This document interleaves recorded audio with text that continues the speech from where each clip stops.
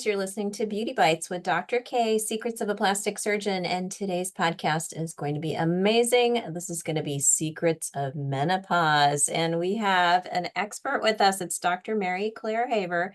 She is board certified in obstetrics and gynecology, and she has over 3 million Instagram followers. She's really developed a social media following because she's such an expert and she's so passionate about diet and nutrition. She wrote the Galveston Diet, a 3-prong lifestyle plan, best-selling book, and now, even more amazing, the new Menopause book, which is such a comprehensive science-based approach to how women need to approach going through this journey.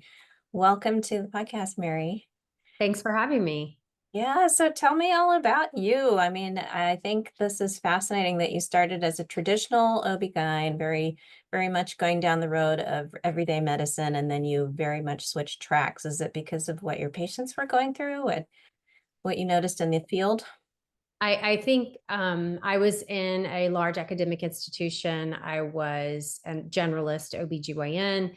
I also was a residency program director and super proud of the work I did and what we were teaching, what I was learning. But as I was approaching my own menopause and my patients were aging with me, I started realizing that there was a tremendous gap in what we were funneling down to our residents and learners about care of the woman after reproduction ends. And how, it seems like all of women's health is dumped in the lap of the poor, busy obstetrician gynecologist outside, and then once we're done with reproduction, outside of the need for hysterectomy or, ovarian cancer or something faulty with your uterus, no one is kind of looking after our health as menopausal people as far as, how we are having increasing risk of cardiovascular disease and osteoporosis. And there's just was kind of this like nod to menopause, like, yeah, it's tough, but you'll get through it. And not really focusing on all the estrogen receptors in our body and what estrogen deprivation does. And I thought,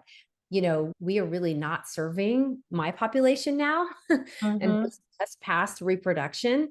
And I think that I can spread the message and do something about it on a large scale.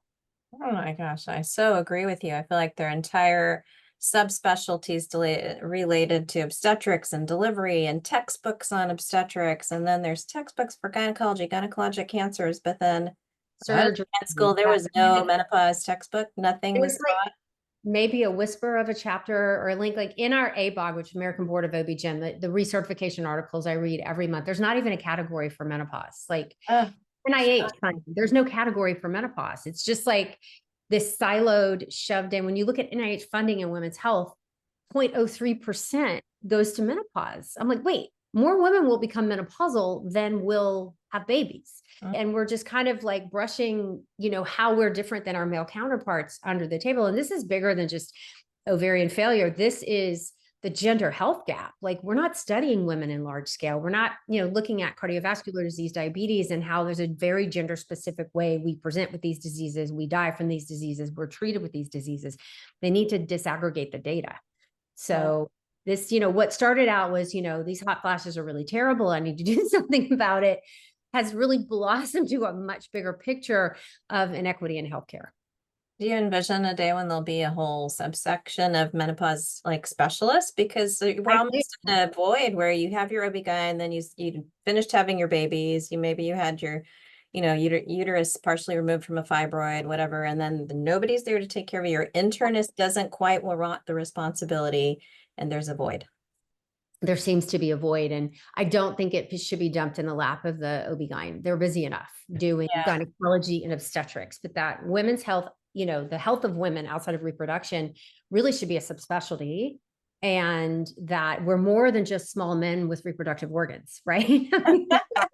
There's so much different about our brains and our hearts and our bones and, how we thrive or don't thrive with the presence or absence of these sex hormones. So true. And then you mentioned how estrogen receptors are everywhere. Where are some areas that people don't even realize that estrogen hits and has influence? I know the brain is a huge one. The brain is huge. So much of why women suffer from dementia at much higher rate than men is due to the loss of estrogen in menopause. and probably testosterone. And we know progesterone is very, very mental health. We have a 40% increase in mental health disorders through the menopause transition. We have doubling rate of SSRI use across the menopause transition. So that's just the brain. Heart, palpitations, now a known vasomotor response to, palpitations are part of it. How many women are rushing to the ER thinking told they have a panic attack? Palpitations, $1 million workup, going home with a Holter monitor. Some of that is indicated, but all of this was just menopause and how her body reacted. What blows up the internet for me is when I talk about things like the musculoskeletal syndrome of menopause and frozen shoulder. In your line of work, we lose 30% of our collagen in our skin, which, yes, has huge cosmetic implications, but also leads to poor wound healing and, less healthy skin through the first 5 years of menopause. 30%. Wow. Yeah, the skin implications are huge. I mean, I deal with aesthetics and skin, and loss of collagen is dramatic. It's almost like it happens overnight. Yeah, right. The skin laxity, like one day you wake up, you look in the mirror and you have your mother's neck and you're like, what is going on with me? It's that loss of elasticity, skin turgor, all these changes that happen. Now, estrogen receptors, we have, of course, our liver. So cholesterol goes up, no changes in diet and exercise. You will have decrease in your HDL, rise in the bad levels of LDL. You will have increasing triglycerides for a lot of patients. Our bones begin to deteriorate at accelerated rates outside of just aging. We have shunting of fat to the viscera. Premenopausal patients, age matched, have about 8% of their body fat is visceral. Fast forward to menopause, we're now at 23%.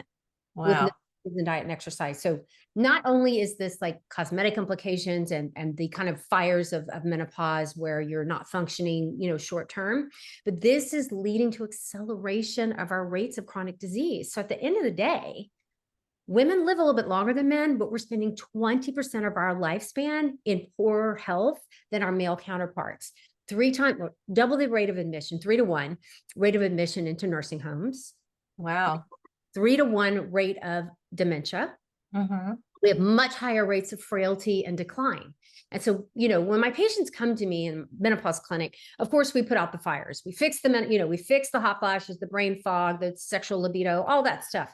Then we set a course for the next 30 years of her life. And I'm like, what do you want? She goes, well, my mom has dementia, my mom has frailty, my mom, I'm like, okay.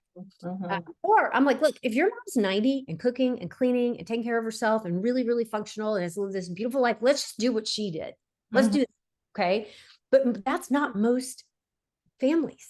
Most, women, especially the oldest women in the family like me, are having to make the end of life decisions and care for these women who are requiring much longer times of disability and disease and chronic illness versus the dads. The dads just kind of live pretty functional and then have a very quick decline and die. Women are having this protracted long course of disability and is what my patients are fighting against. Wow. So I want to reverse to the part where you say you correct their hot flashes, you correct all their brain fog, you correct all that. Take us there. So what should we be talking to our OB/GYN doctors about? Because that's all we have right now. We don't have any menopause specialists. Yeah. What do we ask for? One certified menopause specialist from the Menopause Society for every 33,000 women in the US right now. Oh my gosh. That's insanity. We need to go to Washington and petition. Former residency program director, I'm well versed in the curriculum, and there is very, very little clinically significant menopause education that happens in training. It's just kind of forgotten.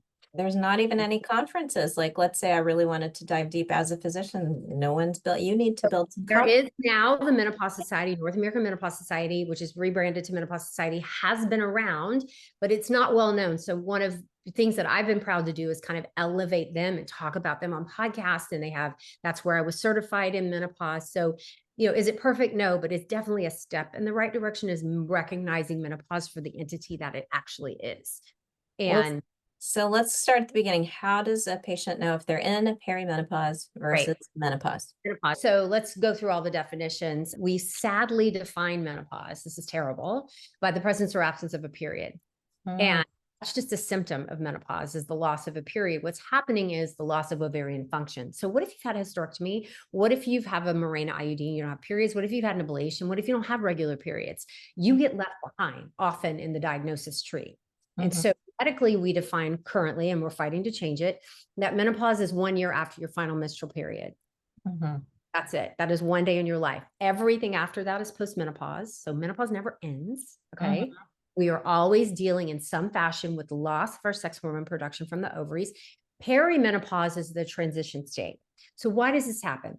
Female mammals are born with all of our egg supply, different than males. Males in the testicles make a factory fresh every day.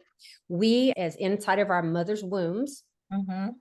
as the ovary cells are formed, they're frozen in meiosis one, which you know and I know, but kind of frozen in like a separation period until puberty. And then the whole completion of the gametes being formed happens with each ovulation. Well, so we're born with about 1 to 2 million eggs. Mhm. Plenty, right? For a lifetime. Nope. We start deteriorating. And with each ovulation process, we lose about 10,000 just to get one egg out. And Wow. so by the time we're 30, females are down to about 10% of their egg supply. By the time we're 40, we're down to a roughly 3%. Perimenopause represents a critical egg threshold level where the signal is coming from the brain. So in our brain, it's the hypothalamus has a little finger in the blood supply checking for estrogen levels. When estrogen get low, it sends the GnRH sends a signal to the pituitary saying, hey, estrogen's low, we need more estrogen. Pituitary says, got it, boss, pumps out LH and FSH, which leads to ovulation. Very simplified, right? And in a premenopausal woman, this ebb and flow natural of hormone cycles looks like an EKG each month. Very predictable. Day 14, you do this, 28, you do this, blah, blah, blah. And it goes on and on and on until we reach that low level, the engine light comes on, and the ovary can't respond to that normal LH and FSH. It doesn't have enough juice left, not enough gas. So the brain gets mad and says, where's my estrogen? Sends a signal to the pituitary. Pituitary says, fine. It sends a bigger burst of FSH down. We got to get this egg out. So it takes extra time to get that ovulation to happen. And then because of that bunch of FSH, the ovary freaks out, sometimes double ovulates, which is why we see twins more when women are older. And we see higher levels of estrogen than we ever did in our premenopausal years and bigger drops. So it used to look, and then progesterone in the post-ovulatory phase never kind of gets up to where it used to be in your normal reproductive years. So what that looks like on a day-to-day basis is chaos. The brain is bouncing signals around, fighting to get the ovulation to happen. The ovary's doing its best. It's throwing out estrogen, then crashing progesterone. So we lose that predictability. Perimenopause is when you used to be able to say what was happening, you never, ever know. Now, physically, we see this is when we begin to see the hot flashes, when we begin to see the mental health changes, when the brain hates chaos and it's directly affecting our neuroreceptors. We start seeing joint pain. We start seeing gut changes. We definitely start seeing inflammation levels rise, even though your periods really haven't started to get irregular yet. And it's a really frustrating time for patients because they know something's not right, but they can't figure out what's going on because none of us were ever taught. It is interesting. Postmenopause is easy. You don't have periods and it's a one-time blood test, super easy. But because of the chaos in perimenopause, we don't have a good blood test for it. So often in my world and people who are like interested in menopause care and have gone outside the box for training, it is a diagnosis of exclusion. So I'm doing a lot of blood work looking at hypothyroidism and autoimmune disease and inflammation markers just to make sure I'm not missing anything. I think that's crazy that we have so much variability. Is there like a quiz or something that a patient can take to kind of grade themselves and like figure out where they are? And yeah, in 2008, the green scale was published and it just never got propagated. Like very few people use it, but I have it. And it is really just looking at symptoms and severity and being able to give a predictability score. What's the likelihood that your symptoms are related to perimenopause? I have it on my website. So if they go to my LinkedIn bio, and attached to that is a free empowerment guide, how to find a doctor, what questions to ask, what to prepare for your appointment. I want to give people as many tools as possible because unfortunately as females, we have to be CEO of our own healthcare, CEO of our own menopause, because lack of training and education, the lack of focus on us post-reproduction is leading to you to kind of have to educate yourself, sometimes educate your provider, and really fight to get the best healthcare for you. That's so true. I think when doctors graduate from med school, they're stuck with this bank of knowledge. They finish residency and that's it. They maxed out. They maybe go to a CME meeting here and there, but they are relying on like, really 30, 40-year-old knowledge, and they're not staying cutting edge and, pushing the envelope of patient care. So it is dependent on patients. As CEO, I nominate that we change the name, the branding, the word menopause. I just hate it. It It just just has so many negative connotations. It's just like, and in some ways, at age 50, when women are going through these changes, is when they feel the most empowered about their right. lives, right? And their second I'm shift like, and their new ideas. this should be a time not of decline and decay. This should be us rocking our worlds. Like the kids are Right? grown for so many of us. I mean, certainly we're all in different levels, but like we should be leaning into our power, leaning into like our most productive, our wisdom, everything we built. It's time to share.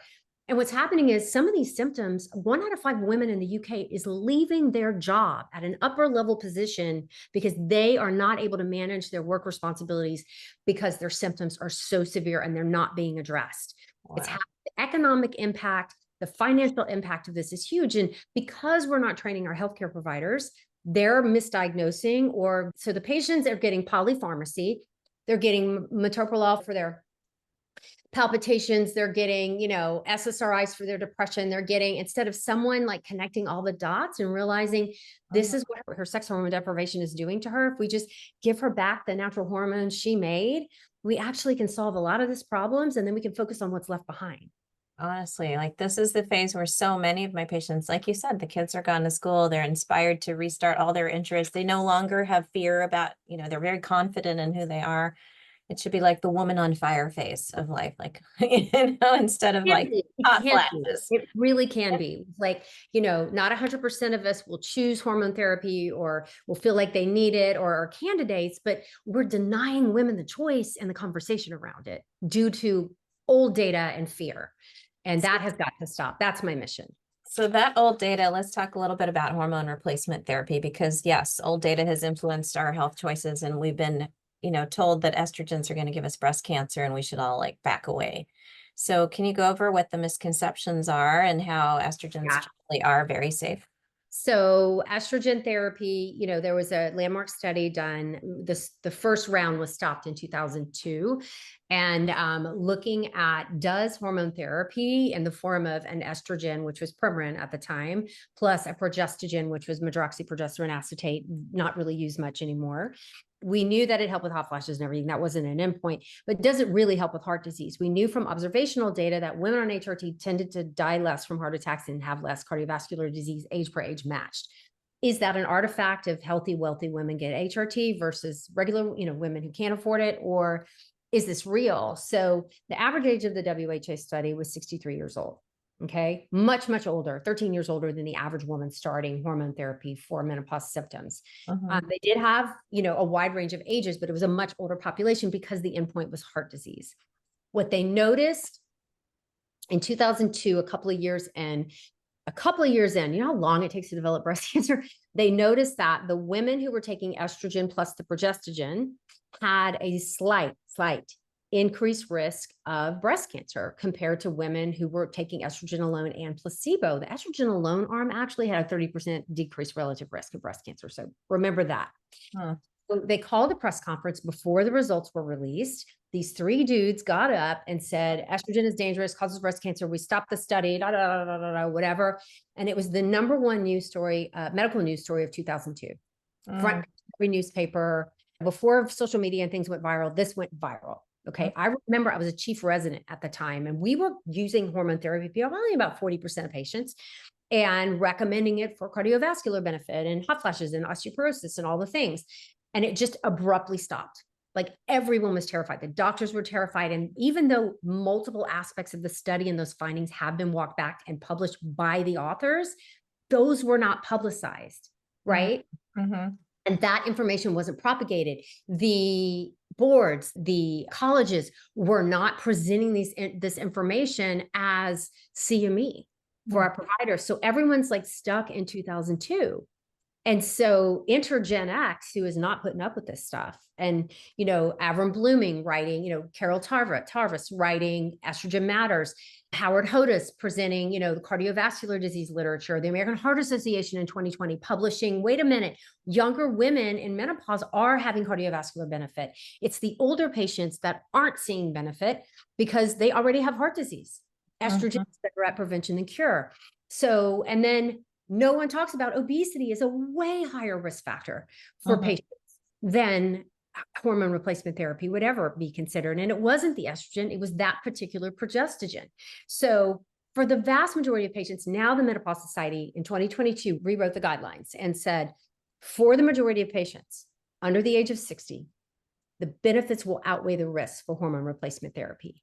And after the age of 60, it is a nuanced conversation, and there is no age at which you must stop hormone replacement therapy. It is when for her individually, this is personalized precision medicine, the benefits, as long as the benefits outweigh the risks and she wants it, she is welcome to stay on it. Wow. Okay. Everyone under 60 who's listening, take notes, because you need to take this information to your OB/GYN doctor because it's probably not out there. This is published American Heart Association. This is published in the Menopause Society. This is all available information. I have it on my website for you to print out and take to your doctor. So you literally need to do that because there are many very good, very reputable, physicians, internists, and primary care doctors out there who do not read literature and also don't change their ways because they pass the boards with one set of protocols. And I think it's so important. You mentioned like hormone therapy. So there's the other controversy. Do we do bioidentical or not bioidentical? Do we do pellets, patches, creams? And a great question. And I love talking about this. So, in this kind of absence, this vacuum of menopause care, women are desperate.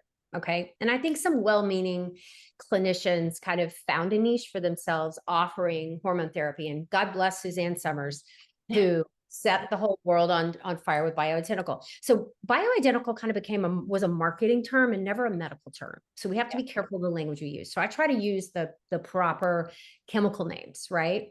And so bioidentical means chemically identical to what your body made. So that in the ovary is estradiol, is progesterone, and is testosterone, just like that. Okay, those words. Now, there are synthetic forms of those, good, bad, ugly, whatever, but most of us in modern contemporary menopause care use those formulations. We have seen coming out of the Danish trial, like all the trials coming out of Europe, that women on estradiol seem to do the best, better than the synthetic forms. But though Premarin is not synthetic, it comes from pregnant mare urine. I have ethical issues with that. It's dozens of different estrogen derivatives. I'd rather just stick to estradiol. It's kind of what your body's used to. And most experts would agree. So most of us do use the bioidentical preparations. Where the confusion is there was this misunderstanding, and sometimes led by certain members of the medical community, that the only way to get bioidentical was through compounding. And that's not true. So you can get safe, efficacious, affordable, like very inexpensive bioidentical care through an estradiol patch or pill, through oral micronized progesterone, total combined cost of maybe $35 a month. Now, you may have to hustle and use a coupon and go to a couple different pharmacies. It happens. And so here are these kind of niche practices being set up to offer hormone therapy to women, but like kind of forcing them to go to these compounding pharmacies, and it's the best, and you'll never get cancer, which, I'm not going to say a woman's never going to get cancer, right? But, making them feel like they're getting this elite form of hormone replacement therapy that is safer and more natural and everything, when literally you don't have to pay that much money and go through compounding, which is not regulated. So, getting a steady state dose and getting the exact same thing every month when you go pick up your creams or your troches or whatever is difficult for any compounding pharmacy to do. And so those of us, practicing evidence-based medicine are really sticking to the FDA formulations first. Love having compound for backup or when what I need is not available. But, most of us can do probably 95% of care using bioidentical formulations available at a pharmacy. Testosterone's a little bit different. Not FDA approved for women outside of transitioning to female to male transitions, right? And so, but we know for postmenopausal patients, it works very well for hypoactive sexual desire disorder. And there's anecdotal evidence coming out that, we know we have testosterone receptors everywhere, that it's probably good for bones and muscles and everything else. But I'm sticking to the HSDD indication. And, some of us struggle in certain states on getting, and it's controlled substance. So, I did compounding testosterone for a long time. I finally was able to find a pharmacy that's letting me, Lord, prescribe androgel to my patients. So I've got an FDA approved formulation. We're using half a pump and then we're titrating from that, for my patients. So the medications are out there. Unfortunately, finding the doctors, finding the trained doctors, finding the ones willing to prescribe is a little bit of the Underground Railroad right now. Who do you know? Who did this for you? And then finding it affordable is a struggle for a lot of women. Do you think testosterone is something that we should all think about incorporating? I think it's a discussion worth having. Absolutely, if you're having hypoactive sexual desire disorder, so female sexual dysfunction, where we've ruled out orgasmic disorder, arousal disorder, pain. It's a complicated conversation, but one that doctors aren't trained to have outside of sexual medicine, and OB-GYN is not sexual medicine. And there's two other FDA-approved medications, Addyi and Vyleesi, for premenopausal patients, and we're using them off-label for postmenopausal patients who are struggling with HSDD. These are patients who have a great relationship with their partner. They're not having pain. They can orgasm. They don't have an arousal disorder. There's just the neurotransmitter in the brain is not lining up to make them receptive to the stimulus. And it's so frustrating for them because they miss it. They used to have it. They want it back. And this is where this class of medications can be really helpful. So that's so interesting. Now, you talk a little bit in your Galveston diet book about the various nutritional things that we could be doing or behavioral things that can improve that transition into menopause. So intermittent fasting, are you still recommending that? And then, So less. Boy, I was hardcore fan of intermittent fasting when I first read all the data and got into it. And I still think there's definitely a part of it. Where I was struggling was my focus has shifted on thin to strong. The more I learned about longevity through menopause, it's more about muscle and bone strength than about any march to be skinny. And a lot of times we're sacrificing bone and muscle to be thin. And so since I've changed that mindset, I realized I'm not eating enough protein. Looking at the WHI data, which is a great data set. I don't want to demonize all the hard work these researchers did. We have beautiful data coming out of WHI. One of the things was they looked at frailty in older women and protein intake. And it turns out it's 1.6 grams for every kilogram of lean body mass. FDA is recommending 0.8.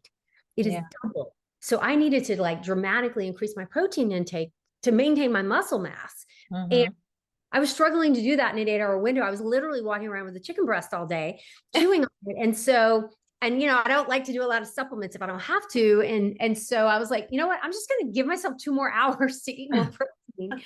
And so now I probably fast 12 hours a day, no problem. And I'm getting the benefits there. But I'm really more focused on eating more and not less. And can I tell you, it is so much better of a way to live. You feel less edgy. I feel a little less edgy too. I'm totally like you. I'm walking around with the protein shake all the time, or a protein bar. I got my little bars and yeah, it's so important, I think. But I think I love the intermittent fasting because it did teach me how to respect my hunger signals. I'm not really eating till I just feel like I need to eat something. Yeah, so it's really more about intuitive eating, at this point. If I'm hungry, I eat. If I didn't have a great dinner or just kind of felt off the night before, I'm gonna eat breakfast if I'm hungry. I'm not gonna worry about it, right? Exactly. I love that. Throw away the rule book. But in menopause, we do develop sort of this very centripetal, visceral body fat, rectangular habitus, and it becomes very, very challenging to lose that midsection fat. Are there things you can do for that?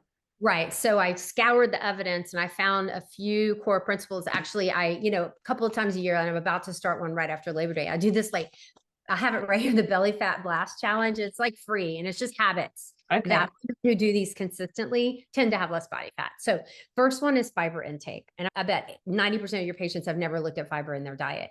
Women consistently consume more than 25 grams of fiber in their diet, and mostly for food, right? I'm not talking about just take Metamucil all day. That's not going to help.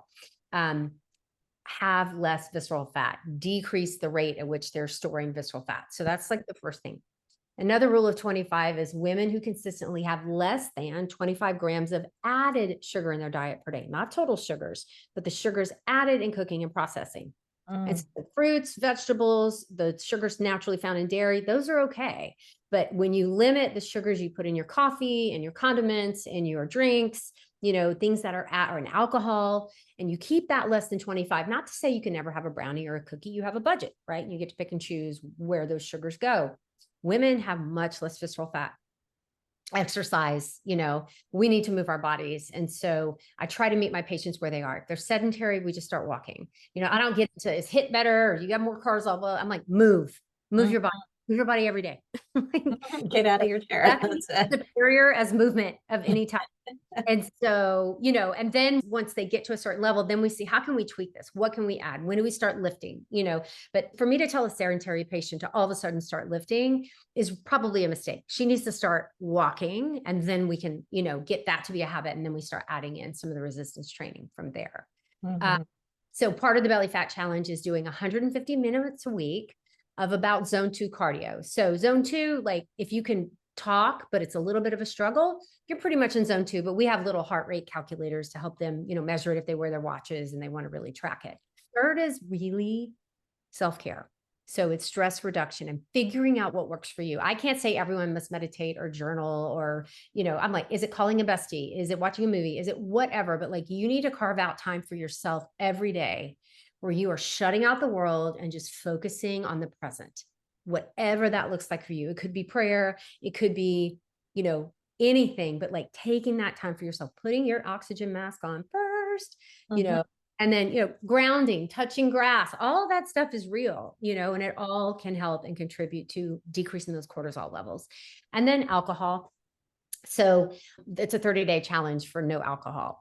And for some patients, that's a struggle. They're social drinkers. They love that glass of wine with dinner or whatever. And so women who have lower alcohol consumption have less belly fat. It's just one of the things that kind of contributes to that as well. So those are the 5 kind of key things for patients to start with.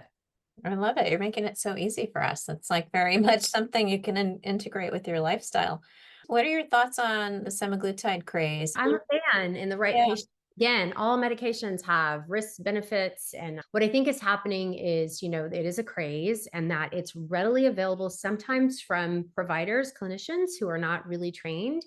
And so I do have patients on semaglutides and they are doing beautifully if they tolerate it. Again, not everybody's going to tolerate it due to side effects.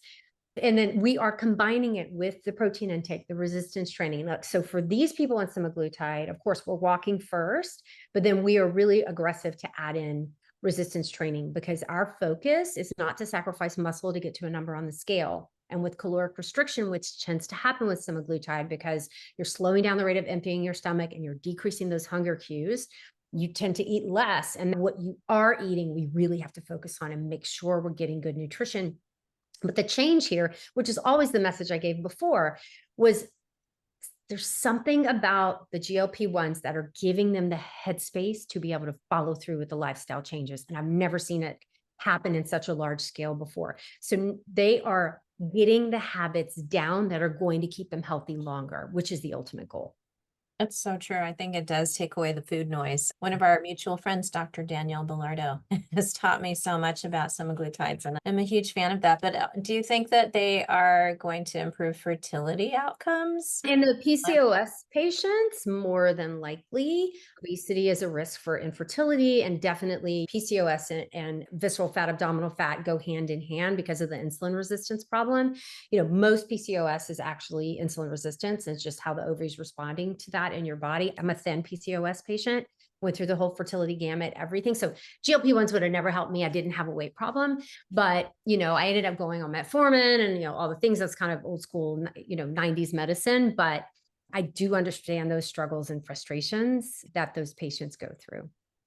Are there changes in gut health that happen as we enter menopause? You talked about fiber being important, but what else happens to the gut? Oh my God, I'm so glad you asked. So the Zoe Predict study, which is a large scale nutrition study that came out of the UK, they had thousands of patients and they actually, thank you, Jesus, tracked them through their menopause transition. They were doing stool samples and, and what they found was a woman's gut microbiome changes to that of a man's through the. God, you're kidding. Wow.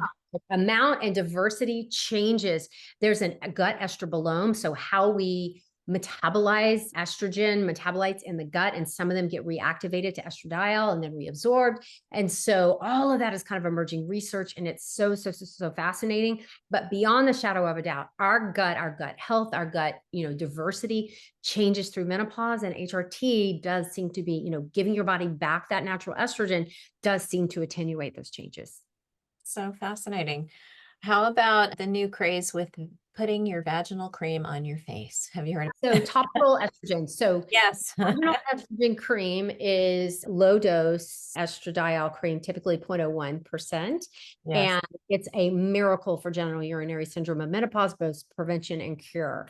There were studies kind of done before the WHI in the 90s looking at topical estriol cream, the exact same formulation as what we put in our vagina, and estriol cream, which is bioidentical, but it's made in the placenta. And they both had similar efficacy and safety. Local estrogen, whether put on the vagina or put on the face, does not absorb to any significant degree into our system. So it's very, very, very safe as far as worries about activating a tumor caused by, estrogen-fed tumor. But then the study stopped and the discussion stopped after WHI because estrogen was bad. Well, now that a generation has passed and Gen Xers aren't putting up with this, interest in the medications has resumed. So women started putting their vaginal estrogen on their face. The problem with it is vaginal estrogen is alcohol based and it dries the skin and people don't like the consistency. So some like compounding pharmacies are formulating it with a more moisturizing base. So it's better for the skin. I'm using estriol and they did that safety efficacy. They did all the blood tests. They followed the patients. It's very, very, very safe. And it's in a moisturizing base.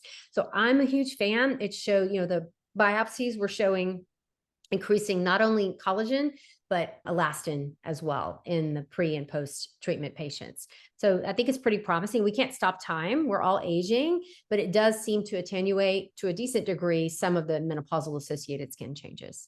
I'm also putting it like on the back of my hands, which are really thin now, and really under my eyes, which is super thin for me. I have deep set eyes. So That's cool. Are you noticing some changes or improvements? I do everything. So, for me, it's preventative. I laser and I have great skincare and I sunscreen and I do retinol. So Yay, I'm proud of you. Good. You're doing all. like, I am like, yes to everything. Are you yes to Botox and fillers? Are Of you? course. Oh, Yes. okay. Okay, great. Yeah, I think you have to you look smooth and maintained, but very natural. Fabulous. You're just gorgeous inside and out. I'm also curious about your thoughts on just in general, like the philosophy. I feel like old school medicine was very much like, your hormones peak, you do your reproductive thing, and it's normal for everything you just sort of taper off and shut down as you age. So, in menopause, I mean, in medicine, normal means common. It's not that it's okay or it's healthy, right? It's normal to lose your eyesight. It's normal to have erectile dysfunction. And there's so many things in medicine that are normal parts of aging that we treat, including heart disease and cardiovascular disease. Why is women's quality of life, sex life, health, bone health, brain health, so neglected? Why are we siloing women to one organ system? It's ridiculous. I think it's old school, it's paternalistic, and it is not serving the health of women as we age. That's so true, but it's almost You like may choose not to take it. You can be healthy without hormone therapy. Let me be clear. It's not mandatory, but it's harder. And for some women, it's very, very hard. Talk a little bit about that. I think hot flashes being like the most crazy symptom you can't control. 80% of women have musculoskeletal syndrome, but you blame it on other things, right? Okay. You can't blame a hot flash on anything else. So that is why the hot flash became the poster child, other than a fever or tuberculosis, and we can rule those out, right? And so hot flashes became the poster child and the only recognizable symptom of menopause. Forever, all the research on HRT was done to stop a hot flash, and so I think that is a disservice to women. Hot flashes are massively important, huge sleep disruptor, massive changes in quality of life, my own included. And a hot flash is the bell ringer for cardiovascular disease risk and stroke risk. So let me be clear, if you have severe hot flashes, you are much higher risk for those diseases. And what can we do to stop that? My God, they just come upon you like you don't even know it's happening. The room is suddenly hot. Options, and we have non-pharmacologic options. And so what certain medical societies in the world are saying, start with cognitive behavioral therapy. Literally as first-line therapy. I'm like, because I think that isn't going to be as bad. I'm like, no. That's not going to fix my brain or my heart or my bones. I love CBT for multiple reasons, but why are we take something biological only in females and assigning it a psychological cause? We do this in medicine time and time and time again, that we are small men with emotions. And this has got to stop. I think it's a complete disservice to us as a gender. Pharmacologically, are there things you're prescribing to limit hot So gold standard, best treatment ever for hot flashes? flashes is estrogen replacement. That's number one. Okay. So you don't want it or you can't take it, right? You have an absolute contraindication or you just aren't interested in hormone therapy. Okay. So then we have the new class of medications are the neurokinin receptor agonists or antagonists. And so these are things like Veoza that just came out, Super Bowl commercial. So they work at the level of the hypothalamus in the brain where the neurokinin receptor is, which controls our thermostat in our bodies, which goes catawampus with the estrogen depletion and probably with the high FSH. The higher your FSH, the more likely you are to have hot flashes, regardless of what your estradiol level is. And so it blocks that receptor and seems for about 80% of the patient to modestly stabilize it. Nothing works better than estrogen. So we talk about that. Expensive, typically not yet covered by insurance because it's new. And they want you to fail multiple other medications. SSRIs work okay. A couple of them one has been approved for the treatment of hot flashes. And because everyone was terrified of estrogen, when a woman goes to her doctor to complain of the classical symptoms of menopause, hot flashes, only 15% are offered any treatment at all. And 4-to-1, it was an SSRI for 20 something years. Wow. That's a shame. That's a So sad, sad shame. that's kind of where we are. We talk about clonidine, we talk about gabapentin, those are modest. Okay. For years on my breast cancer patients, I was doing gabapentin. Now we have Veoza, which works better than that. But, Veoza is new and we get nervous about long-term data. And so it was never tested in a breast cancer patient anyway. So it's a problem. It's a problem. And how do you spell Veoza? V-Y? Veozah, Veoza. Okay. V-E-O-Z-A-H. Yeah. So something else people can try. How about in the biohacking realm of taking peptides, NMN, NM? Have you been doing So NAD or anything I've like been that? looking, I read David Sinclair's book and I tried NAD and NMN and stopped doing it. And then Atia came out, nah, those don't work. So, I just, whatever. But there's interest in medicine. Some great research is going into extending the life of the ovary. Now, too late for me and maybe you. Like once you're depleted of eggs, they don't regenerate. They're gone, right? Yeah. They're nothing left. So I'm not going to grow back a liver or my ovary. But for our daughters, there is hope that we can, for fertility purposes and delaying menopause for health reasons, new pharmacologics are being developed to possibly decrease the decline of the egg supply so that we can have estrogen longer. I love that. There is some research that says that NMN or NAD increased production can improve oocyte viability or extend So, it. but you have to start really young. You start young, yeah. Yeah. So like probably once you're down to 3%, I don't know how much good you're going to do. At age 40, it's too late. Yes, this is a message out there for all. What is there a message out there for fertility-minded women? Because everybody's delaying getting pregnant longer and longer until they're 35. Totally get it. I had my babies at 32 and 35. I didn't realize I had PCOS until I was in medical school, and then went through the drama and the drugs and the testing and the tears and, finally got the babies and it's a lot. And so, I'm just telling my daughters, your period is a vital sign.